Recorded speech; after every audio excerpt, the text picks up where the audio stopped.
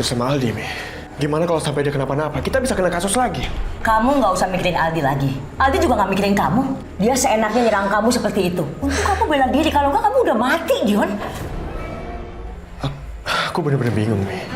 Anita udah cerita apa aja sama Aldi. Kok Aldi segitu marahnya sama aku? Dion, Mami sangat yakin Anita sengaja menyulut kemarahan Aldi untuk memfitnah kamu. Dan dia mau mengadu domba kalian berdua. Ya, tapi untuk apa dia lakuin itu? Mami juga bingung. Kenapa dia mesti mengungkit masa lalu kamu? Apalagi isinya itu kebohongan. Padahal antara kamu sama Anita kan nggak ada masalah sama sekali, Dion. Kalau menurut aku, mungkin dia memfitnah aku karena dia masih berharap sama Aldi. Dan dia ingin balikan lagi sama Aldi. Anita bukan tipe perempuan seperti itu. Mami yakin dia punya rencana besar di balik provokasinya ini. Rencana apa? Mami nggak bisa baca rencana apa. Tapi Mami yakin dia sedang bersiasat. Dion, kita harus ke rumah Anita sekarang. Kita harus cari tahu rencana apa yang sedang Anita bikin. Ayo. Dokter, bagaimana istri saya? Kesehatan Ibu Naswa cukup optimal. Tidak ada yang perlu dikhawatirkan. Tapi bagaimanapun juga, kondisi tubuh yang memiliki satu ginjal harus tetap dijaga agar terhindar dari hal-hal yang tidak diinginkan. Ibu Naswa tidak boleh terlalu lelah. Kondisi rahimnya bagaimana, dokter? Alhamdulillah, kandungan Ibu Naswa sehat. Dan siap untuk dibuai. Artinya, istri saya ini bisa hamil, dokter? Insya Allah bisa, Pak. Tidak ada masalah untuk hamil. Tapi Ibu Naswa harus tetap fit dan tidak boleh stres. Kalau hati dan pikiran tetap tenang, kemungkinan untuk hamil sangat besar. Alhamdulillahirabbil alamin. Terima kasih ya Allah. Akhirnya apa yang aku takutkan tidak terjadi. Padahal dulu aku mengira kalau aku ini mandul. Karena seingat aku ketika aku masih menjadi istri Aldi. Hasil analisa dokter dan uji laboratorium mengatakan kalau aku ini sulit untuk dibuahi. Tapi kenapa dokter ini berkata sebaliknya? Ya, dokter. Najwa, kalau begitu, mulai sekarang kamu tidak boleh stres, tidak boleh beraktivitas yang berat, dan kamu harus membuang pikiran-pikiran yang susah, supaya kamu tidak stres. Itu semua tergantung kerjasama sama suami. Kalau suatu saat Ibu Naswa hamil, saya mengimbau agar menjaga kandungannya baik-baik. Insya Allah, pesan dokter akan saya ingat. Saya akan berbuat yang terbaik. Makasih dokter. Aku sudah ketemu dengan Dion. Bahkan aku sempat berkelahi dengan Dion. Tapi dia sama sekali tidak mau mengakui perbuatannya. Jadi kamu berantem sama Dion? Orang macam Dion itu harus diberi pelajaran. Aku sempat mikir untuk mengajar Dion habis-habisan. Bahkan menghabisi Dion dengan tangan aku sendiri. Adi, kamu jangan mikir gitu dong.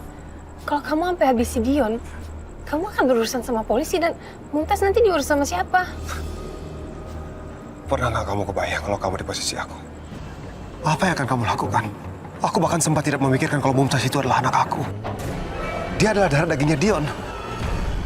Dan aku udah nggak peduli apapun yang terjadi dengan aku, Anita. Ya, tapi aku lebih tenang kalau Mumtaz itu sama kamu, bukan sama Dion.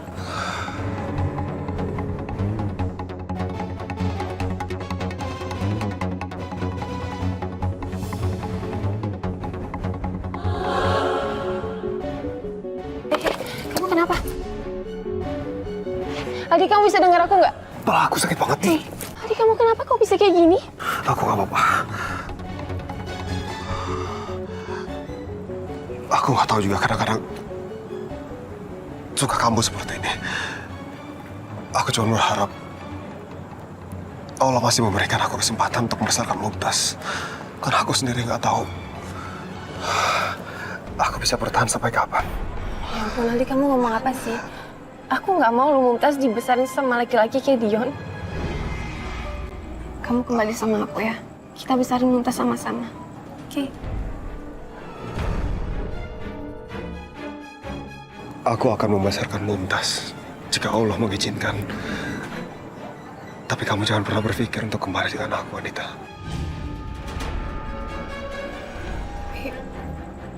Kamu kamu nggak bilang apa-apa kan sama Dion? Aku nggak bilang apa-apa.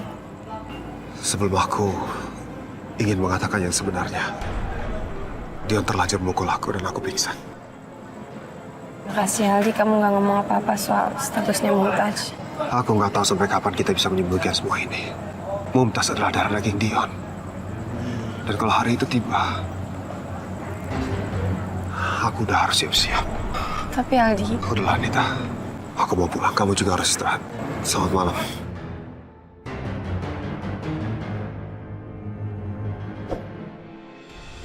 Anita, buka pintunya, Anita. Anita! Anita, Mami tahu kamu ada di dalam. Mami mau bicara sama kamu. Mi, kayaknya nggak ada orang deh. Mobilnya aja nggak ada. Bisa aja dia taruh mobilnya di parkir di rumah tetangga. Dia takut pasti ketemu sama kita. Mungkin dia udah punya feeling kalau kita mau datang ke sini. Anita, buka! mereka pasti mau bikin perhitungan sama aku.